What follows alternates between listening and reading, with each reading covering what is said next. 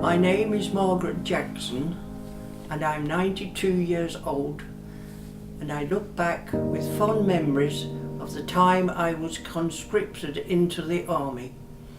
A.T.S, the Auxiliary Territorial Service it was called, commonly the A.T.S.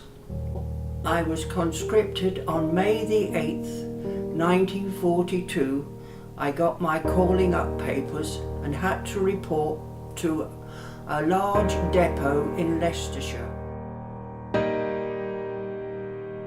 This is when I joined the Army in 1942.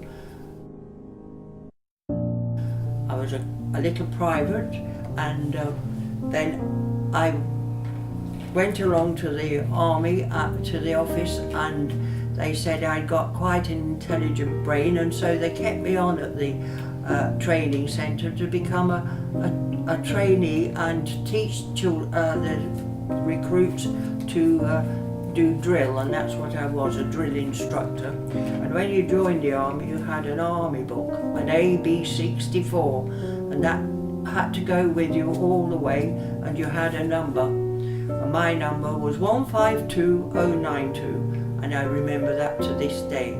And it went everywhere with you. Your AB-64 had to go.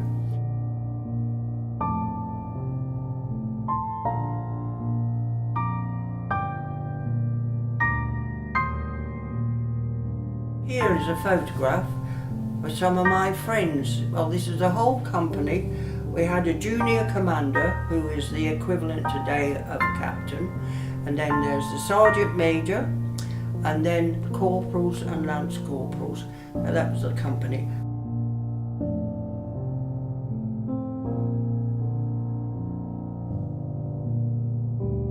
Now, in this photograph I'm showing you, you'll see that there is a coloured girl there. Her name was Hines. Now, you have to remember that this time in the war, we very rarely saw coloured people in the country at all, and Hines was an exception.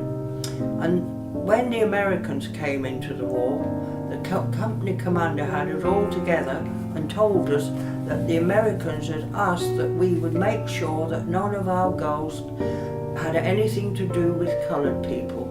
If you were even seen talking to a coloured person, you would be posted within 24 hours, because the Americans didn't allow the coloured people to have anything to do with the white people. And this was a dreadful thing for Hines, and I said to her, "What did you think about that then, Hines?" "Oh, I didn't take any notice," she said. And it was that we had to make sure that this was strictly adhered to. They were even seen talking to a coloured person, they were posted within 24 hours.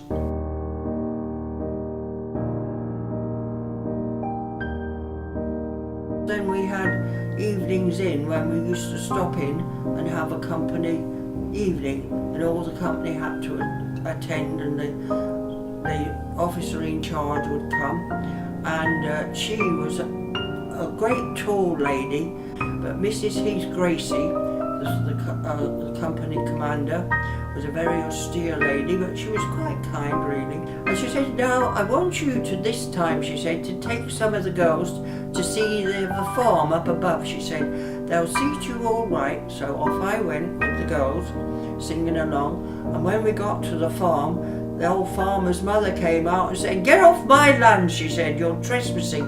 And she set the dogs on us. So all the dogs were running after us, and we were scaring for our lives. But when we got back, she said, "How did you get on?" I said, "Not very good." "Oh dear," she said, "that's terrible. Didn't think that would happen, but that was one of the funny things that happened." But on the whole, it wasn't too bad.